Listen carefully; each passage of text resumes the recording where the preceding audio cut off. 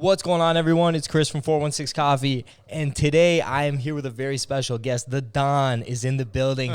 Don Vincenzo is in the building. Welcome, Don. Welcome to the podcast. Thank you so much for having me, Chris. It's great to be here, man. This is very cool. This is my first time on a podcast, so let's make it happen, baby. That's it, baby. Let's fucking go, as you would say. All right. So, Don, first things first, for people that don't know you, can you give us a little background about what you do, kind of your come up story, how you ended up in like the men's kind of fashion industry, and talk to us a little about Yeah, absolutely, man. So I grew up down here, and I've always had an appreciation for clothes.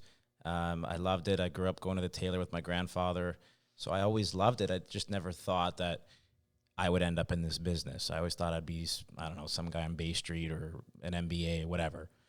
So right out of university, I was like, all right, what the fuck am I going to do now? What did you go to school for? I was a history major and Italian minor. So I studied the language. So that'll take part in the next part of the story here.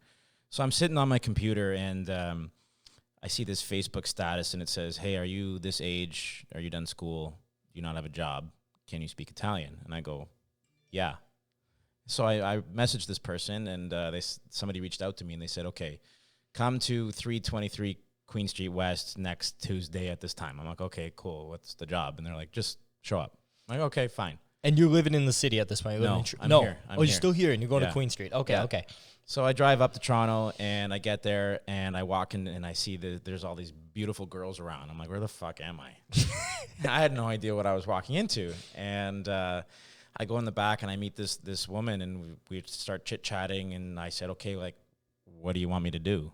And they said, we just need a guy who can speak Italian to speak to our manufacturers. I'm like, okay, about what? And they're like, we don't know. And I'm like, okay, maybe we should have started there, but fine, that's another thing. And they said, well, we want to send you to Holland for a couple of weeks to go and meet the representative of the business from Italy. I'm like, okay, I'll take a trip. Yeah, fuck it. So 3 weeks later, I'm on a plane going to Amsterdam. I show up. And I meet this young man. We got along for a couple of weeks. So basically what they wanted me to do was to understand and read the trends of their business, because it was a very vertical company, and I'm not going to say who it is, but that's another whole other story. It was a very vertical company. They have their own factory. They ship to the US, Canada, a bunch of spots in Europe, and they needed somebody in Canada to understand the trends of what was going on here within their stores. So I said, cool, I can do that. Like buying trends from consumers, Canadian consumers. Correct. Understood. Okay. Correct. So I come back and I start doing that, and then the owner at the time said, okay, I want to expand. Can you lead this expansion for me along with two other girls that I was working with? And I said, absolutely. So myself and the two girls that I was working with are still my friends to this day. This is over 10 years ago. And we went across Canada. We opened 11 stores. We did a whole bunch of stuff. I started understanding leases. Fabric was a big component, understanding trends, understanding who's buying what. That was a big part of the job. And then I left there at that time. I was there for maybe 2.5 years. I left there thinking I was going to go and do an MBA. So I started studying for a GMAT. Little did I know, and I should have known myself better, is that I suck at math, not for me. And tried that, didn't work. So I was working in a store, and one day this really nice lady and her daughter came in. We struck up a conversation, and she basically looked at me, and I was standing there, I had these white fucking glasses on, and I was all done up, whatever, stupid hair that I have. And she goes, why are you here? And I go, well, this is what I used to do, and I thought I'd come down here to be, to go to Brock to do an MBA, then do something on Bay Street, I don't know. And she said, well, my brother's the executive vice president of Harry Rosen. He's going to give you a call tomorrow. And I go, okay, thinking, okay, somebody's just running their mouth on the street. Little did I know, he called me the next day, and I had a job 4 days later. Holy shit. Yeah, we struck it off. He sat me down in an interview, and he basically said to me, you're going to sit there and you're going to listen about my company.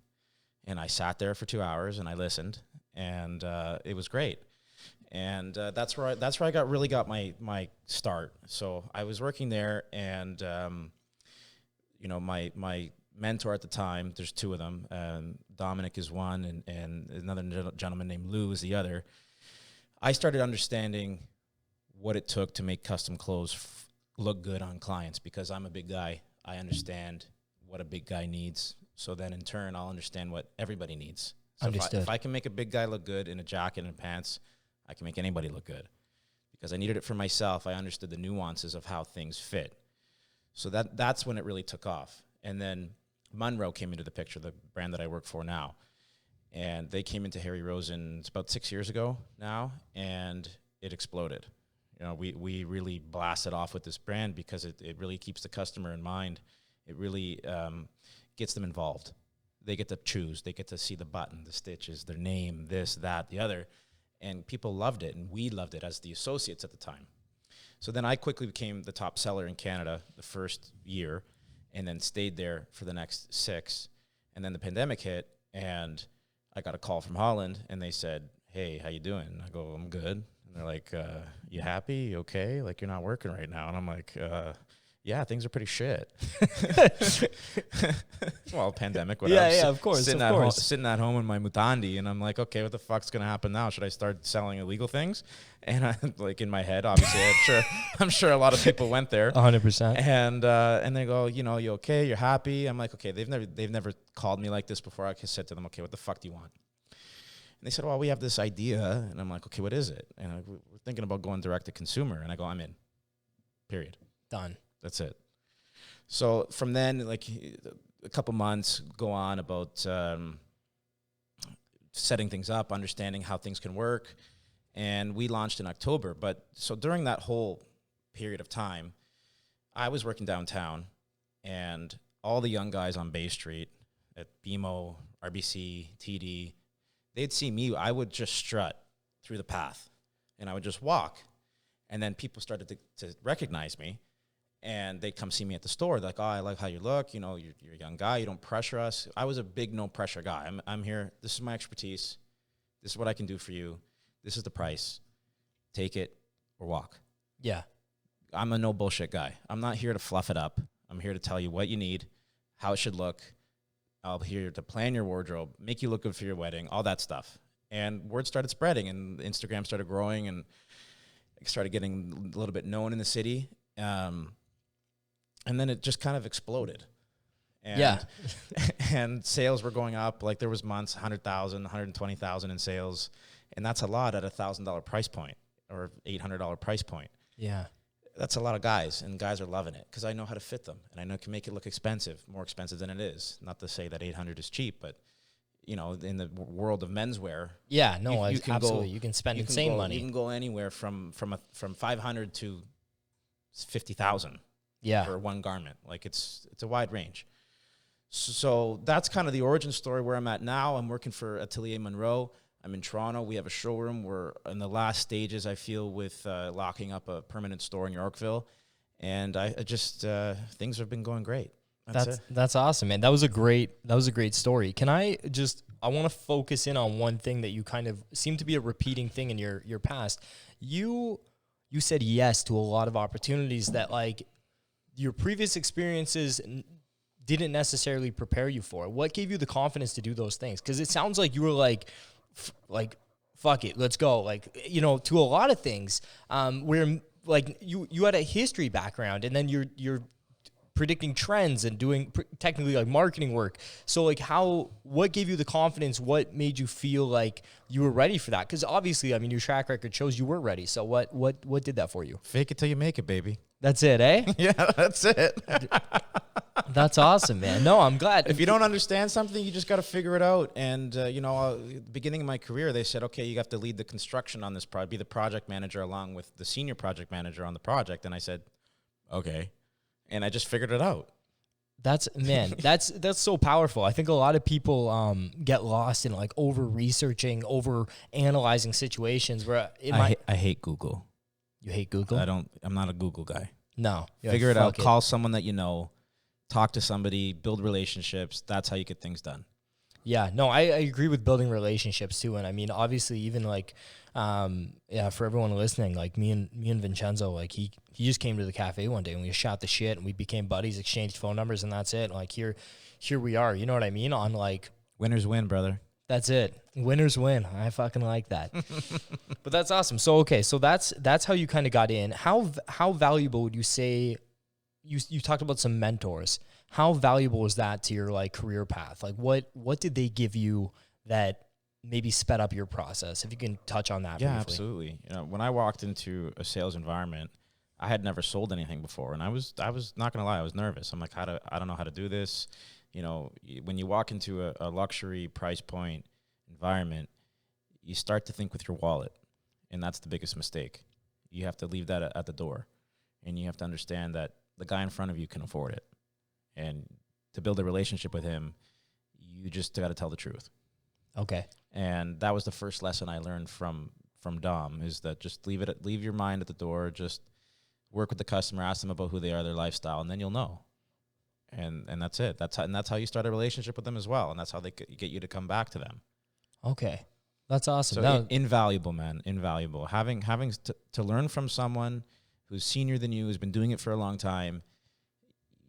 You can't win without starting with a solid foundation.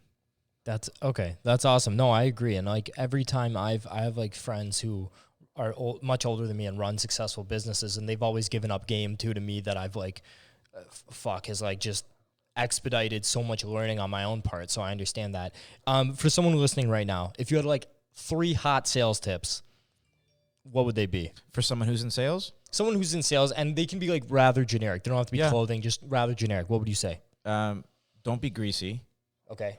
Like, tell the truth. Know your product in and out, because if you don't, the client's going to know. Last thing, just do your best to build a good relationship with them. Take them for a glass of wine or a beer or something. Show them that you're the same as them. You're on the same level. You just want to do the best for them that you can do. And that's it, man. And people see that. That's and awesome. People can sense it when you need a sale too. 100%. Yeah. If it's like when, like the term thirsty, right? Almost for something else though, right? So yeah, no, I agree with that. And I felt like I've went into sales environments where I felt that way, where you feel like the guy's like really just trying to like soak like when you walk into these luxury environments and you see the wall of associates there and they're like looking at you and they're eyeing you, and like me being in the business for so long, when I walk in somewhere, I see it too. And I'm a big service guy. I'm there to serve you. I'm not there to take anything from you, whatever. I'm there to serve you for your life. And it's when you get to that point with someone, then they understand. But to get to that point, you just have to have all your walls down. That's it. Oh, okay. That's awesome. No, it's the balance of focus on yourself and empathy towards the customer. That's one of the other first lessons I learned in at my former employer, and it's invaluable as well. You have to worry about you, but you also got to worry about them. If you're too much over here, they're going to know. If you're too much over here, you're not going to make any money. Yeah, it's a blend. It's blending both. No, and I think the best kind of case scenario for any sales situation is where it is like a win-win. Whereas obviously like you're doing your job, you're selling stuff, and the guy's leaving happy about the experience, happy about how he looks, and so on. So, okay, so hot take on 3 or 5, whatever you want, tips for like young guy trying to put together a wardrobe. What are the things they should invest in? What should they be wearing? Like what are fashion faux pas you see? Just kind of lay the land. Sure. I think first lesson that I always tell guys is that you don't have to have a lot to have a lot.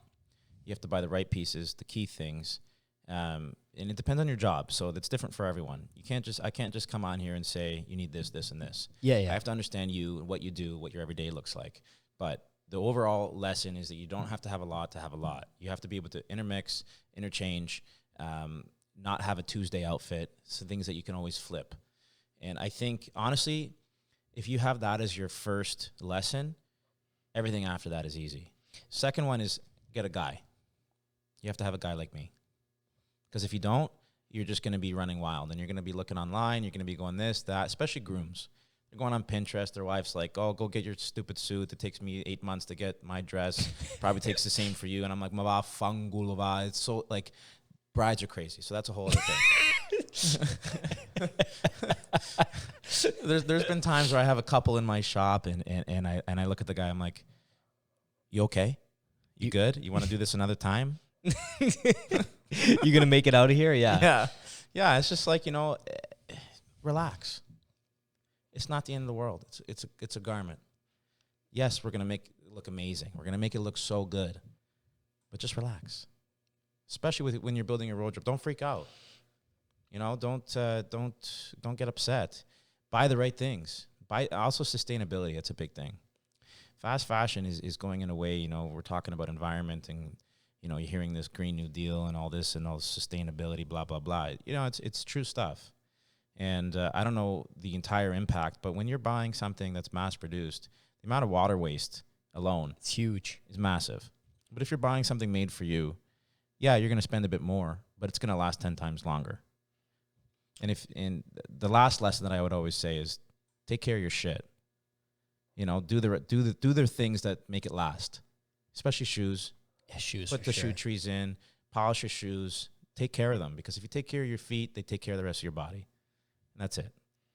That's awesome. It's just simple stuff, man. There's no science. No, I get that.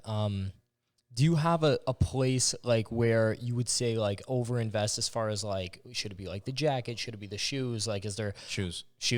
10 times out of 10. You can have a okay suit and a beautiful pair of shoes on, you look great. But if you have a $10,000 suit on and a piece of shit shoes, you look like crap. That's fair. Okay. There you go. So you heard it here, everybody. Invest in the shoes. Come see me.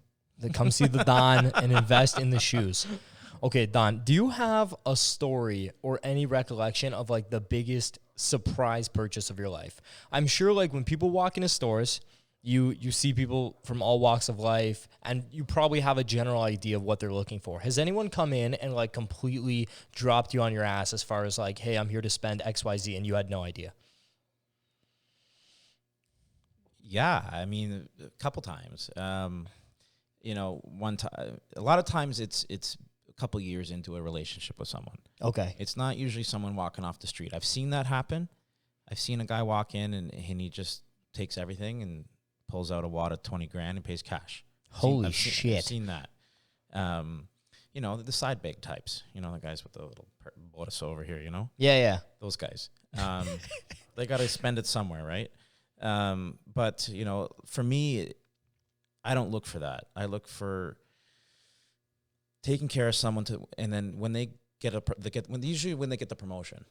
When they get the promotion, they say, look, Vince, I got a promotion. I'm coming in. Can you lay some stuff out for me? And I remember the one time I laid out some stuff for a client. And when I do a lay down for a client, it's usually somewhat artistic. I lay things out in a way that they can see the overall view of where I'm going with it. Okay. So I'll lay out fabrics. I'll lay out some ready-to-wear stuff so that they can understand, some ties, some shirt fabrics, and it'll be very conducive to what they already have. So it's an expansion, not necessarily something new. Okay. New. This may be the wrong word, but I think you know where I'm going. I know what you're saying. Yeah. And I remember he came in and I gave him the explanation, and he goes, "Okay, great." And I go, "What do you mean, great?" And he goes, "Yeah, I'll just take it." And I'm like, "What do you mean?" Like, oh. And he goes, "Yeah, I'll just take everything." And I go, "Okay." So I start writing down with stuff and whatever, and it ended up being just under 40,000. Holy shit. Yeah. That was a good one. Yeah, that was a good day. Yeah. There you go. You must have laid it out really nice. That's fucking awesome, man. Yeah. No, that's crazy. I mean, I know like I have guys I've talked to guys who work for like, honestly, I've never really talked to anyone who works menswear, like high-end menswear. So I've talked to guys though with like cars and stuff that have wild stories too, or some guy just comes in and is like, yeah, I'll just get this. And they're like, wait, like you want that? And like just pull cold out a briefcase of cash. Exactly. And it's like, yeah, it's just wild. So that's always interesting. So do you have any predictions on where you talked about sustainability 2 seconds ago? Do you have any predictions on where you see kind of menswear trending over the next like 5 to 10 years? Absolutely. I think, you know, after the last 2 years, a big thing that men are looking for is experience. And so this is going to go into a couple little tangents here. Yeah. You're talking experiential retail. Is this where you're going as well? Yeah, a little bit. Okay. They want an experience. They don't just want to go somewhere and buy something. They want it to be, you know, meaningful. That's one. Two, after the last 2 years again, the amount of departments that have been created for men is grown exponentially. Now, departments, I mean different articles of clothing. Before the pandemic, if you worked in Toronto, taking off your tie was considered casual. Now, it is an extreme expansion of what business casual is. And there's so many different elements to what that can be now. It might be a little confusing for men, and that goes back to experience. That's why they want the experience. They want someone to help them. 3, sustainability. They want to buy the right things that it's going to last, because if they're going to be working again, which Bay Street's getting busy, they need to have stuff that's that's conducive to their day. Now, the term "dress for your day" is where things are going to go. You know, you're not going to see guys in suits every day anymore, and that's okay. But it doesn't mean that you need to look like a schlep. You know, you need to buy. They're going to be buying the right things to make them look still tailored, but comfortable. Comfortable. Yeah. Okay. And where sustainability fits into that is that a lot of times we're going to be doing small capsule collections from a small factory in Italy, or we're making it for you. Okay. Yeah. And when you're making something, that's the sustainability part right there. It's not mass produced. It's pulled out of a roll of fabric. It's cut for you to order. That's awesome. And so what, like, just generally speaking, what kind of like price point, if a guy's watching this right now and they're interested in doing that with you, where does that kind of start? Like something made from scratch type of thing? Yeah. I mean, I assume it varies, but it varies for sure. But opening price with me personally, $695 for a suit, man. Like, I mean, that's not bad. That seems like very affordable. That's made to measure. That's awesome. Custom for you. You got your name inside of it. You can choose the aspects of it. And if you're not a suit guy, I mean, I make jeans. I start at $298. They're made in Italy. No shit. Yeah. Man, I'm gonna have to come for you. I'm gonna get some fucking custom jeans out of you after this. We're gonna do it. Yeah. Done. Dude, we do everything. We do custom chinos. We do drawstring pants, like jogger style stuff. We can even put a drawstring on a suit pant. Like, there's a whole plethora of things that we can do now that have really expanded what men are capable of wearing to work and just in their regular lives. That's awesome, man. All right. So obviously you're blowing up a little bit on TikTok. Can you tell everyone about how you're using TikTok? Because a lot of people are watching this. They're interested in like business advice, things like that. People think about TikTok, think about, you know, young kids dancing, doing catchy dance moves. Meaningless stuff. Yeah. And you're doing fashion on there, and you're getting clients and stuff. Can you talk to people a little bit, give up a little bit of game there on what you're doing? Yeah, absolutely. My whole tagline on there is, I'm Don Vincenzo and I make clothing make sense. I love that. That's good. Yeah. And that's it, man. I just explain things in a really simple way. You know, for example, I talk about one of my main videos is just because it buttons doesn't mean it fits. I talk about packing suits properly so that you can get to your destination and with as little wrinkles as possible. I talk about, you know, layering, coordination, how to put a pocket square in properly, quote unquote properly. But a lot of it is just making it so simple that people don't have to overanalyze it. Okay. And because of that, and because I'm a bigger guy, I've been getting business from it. And I just show that I'm a truth-telling, suit-wearing, nice-looking Italian guy, and I'm just here to look after you. That's it. That's it. That's awesome, man. So have you found, like, you also have a pretty good Instagram following and things like that. As far as like social goes, do you have a place where you're spending most of your attention and kind of focus right now? Or are you kind of just spreading the love between like Instagram, TikTok? I'd say 50-50. Yeah. I'm not on Twitter. That's the space that I haven't really figured out how to apply to my business yet. And maybe that's incorrect or whatever. But yeah, I would say 50-50 Instagram, TikTok. I think, you know, the ability to blow up on TikTok is much, much better. I've had Instagram for many years. I've had TikTok for 3 months, and I already have more followers on TikTok than I do Instagram. Yeah. Yeah, TikTok still has like kind of an insane amount of organic reach if you can like penetrate the right kind of, I mean, the algorithm looks at watch time a lot. So as long as you can get people watching your stuff complete, they'll just keep pushing that out to other audiences. So right. And if you have like, you know, a quick short video with a meaningful message, that's what's going to get you views. And that's what's going to drive people to your page. And that's what in turn will drive people to your other socials. And I think TikTok is a major tool right now. And, you know, like I said, it's only been about 3 months, but it's been, or maybe 4, but it's been growing like crazy. Yeah. You know, if you just hit the right things, the right notes, and you're there. No, that's awesome, man. No, I'm glad you're talking about it, and I'm glad like everyone go check it out, because like it's a good example of like how to use TikTok for a business in a very like mature, professional way, not like, you know, there's no girl shaking her butt or anything. No, we don't need that. No, none of that. It's not gonna help sell any suits. No, I don't it's just think. gonna sell ass. That's it. That's it, man. So do you have a favorite piece of clothing in your wardrobe? Yeah, absolutely. Well, based on season, yeah. Okay. Can you tell me what it is right now? Right now, my favorite piece of clothing is my new overcoat. Okay. For the fall winter. I made it very long. It's a waterproof fabric or water resistant fabric. It's big double-breasted coat. You'll be able to see it on my Instagram. It's there. I'm leaning on a Mustang, pretending I'm in my 40s in a midlife crisis. um, and honestly, having a good coat for the winter where you can look good and be warm. That's my favorite for fall. In spring, summer, I love my seersucker. Yeah? Oh, yeah. Seersucker with a drawstring pant. It's a suit. It's like super stretchy, super light, super comfortable. I put it on with a T-shirt and some sneakers, and I'm out the door. I love that. And there you go. Okay, and this is all like custom stuff that you've made with Munro. Yes. I assume. Okay, yeah. Does Munro do footwear? Yes, we do dress shoes, boots, and sneakers. And our sneakers are a big hit. I wish I was wearing some today. They have the classic, the low Achilles look. Yeah. The common project kind of look to them. Yeah. But we have some great colorways. We make them for you. That's awesome. So you can do custom sneakers there too. Sneakers, yeah. Low tops, high tops, slip-ons, like Van style. Yeah. What else can we do? There's a few others. There's like a Chelsea sneaker, which is pretty cool. So like a Chelsea boot with a sneaker bottom. That's wild. It's pretty cool. Yeah, we do some cool stuff. That's crazy. I was gonna ask you, like, if there wasn't something that you guys made, is there a brand that's on your radar that's coming up that's cool? But obviously, I'm not trying to create a conflict of interest here. Not at all, man. There's for me, there's eyewear. That's a big thing in my life. Is glasses. I have a pretty big collection. There's always some eyewear brands that I recommend. Moscot being one of them, and I'm not paid by them, but I love that stuff.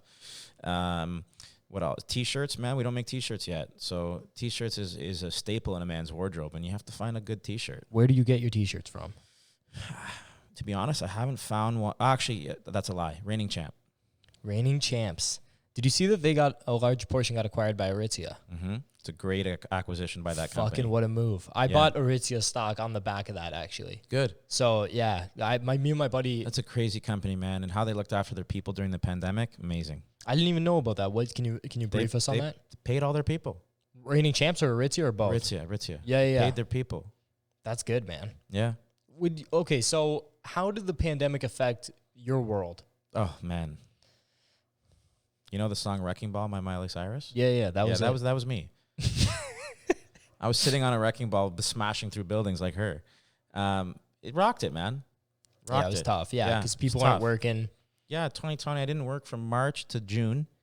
Luckily, my former employer fell into like a subsidy part where I got part of my paycheck, which was great. Kind of kept me afloat. But yeah, I mean, not only that, like going back to work and you're just hearing crickets. Yeah. Because the industry, because I guess that's 2020. 2021 things really flipped. And now you're moving, yeah. Now we're moving and shaking, baby. That's it. Let's shake and bake. Shake and bake. But obviously, yeah, you dress a lot of people for work. People are working from home. No one's probably putting on a suit every day to go to work at home, and definitely not buying new suits. So yeah, that makes a lot of sense. Now that we're seeing guys go back to work, I'm hearing a lot of, I can't show up at the office with what I wore in 2019. I got to come in with some fresh stuff. I haven't shopped in 2 years. I need some cool stuff, but I want to do it different. And that's what I'm hearing a lot of. Question for you. Do you feel like dressing trends in your industry, do you feel like they stayed the same from 2019 till now because there was no movement, or did we see evolution? Oh, like what I said previously, absolutely evolution, because it's not just taking your tie off and you're casual anymore. Yeah. Absolutely evolution. You're seeing a lot of stretch tailoring. You're seeing a lot of comfortable stuff, but still a tailored look. Still looks good, yeah. Still looks good, yeah. Absolutely, a big shift towards comfort, towards if you're working at home, you're on camera. I'm hearing a lot of guys, even in the construction business, in the management levels, I don't want you on camera without a jacket, or at least a collared shirt, and it conveys a message. Don't get it twisted. If you show up to work or on camera and you don't look crisp, yeah, you know what? You don't have to wear any pants. That's a whole other thing. But if you want to get in the mindset of being productive, get dressed. 100%. Yeah, no, because you put on those clothes and you kind of become the clothes, right? So, no, that's awesome, man. Okay, let's wrap this up. How about let everyone know where they can find you, how they can work with you, shameless self-promotion on all the socials, whatever. Lay it out. Absolutely. You can find me on Instagram at Don Vincenzo. Please send me a message, direct message me on there. I'd love to help. There's no stupid question. I would love to have you guys come and see me. Right now, my showroom is at 180 John Street, Queen and John in Toronto.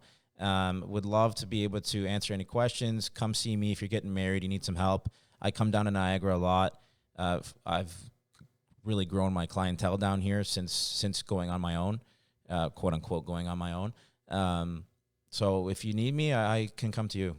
Beautiful. Yeah. There you go. Don, thanks so much for taking the time, man. Thank you for having me, man. It's been a pleasure.